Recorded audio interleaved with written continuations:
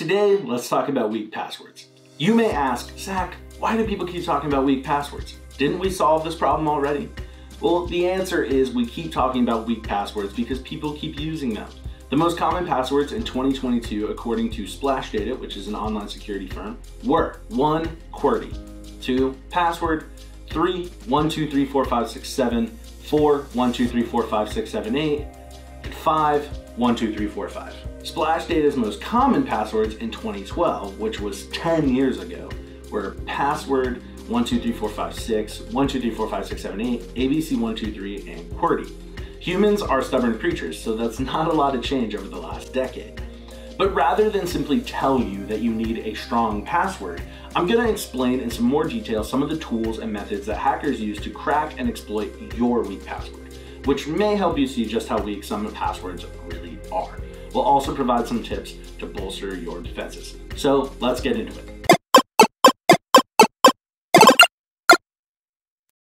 If your password is compromised, it will most likely happen as a result of a brute force attack engineered by a cyber criminal.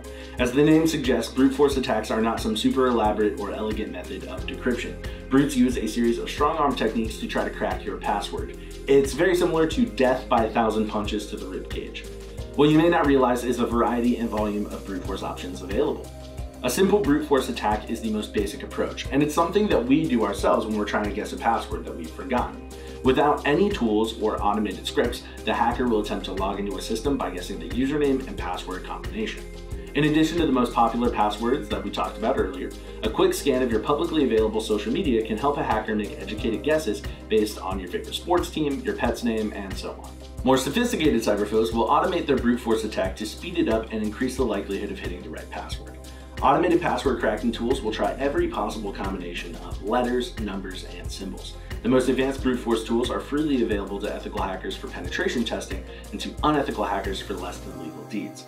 They can attack across multiple platforms and protocols at lightning speed, sniff out easy-to-guess passwords, and swap out letters for similar special characters as part of their probing. A special type of brute force attack called credential stuffing is only a risk if you reuse your passwords across multiple applications. When your user data is compromised through any of the dozens of high-profile data breaches that have happened over the last decade, your username and password are now generally available throughout the dark web. Cybercriminals will purchase lists of compromised credentials and then brute force those sets of usernames and passwords across dozens of other applications and sites.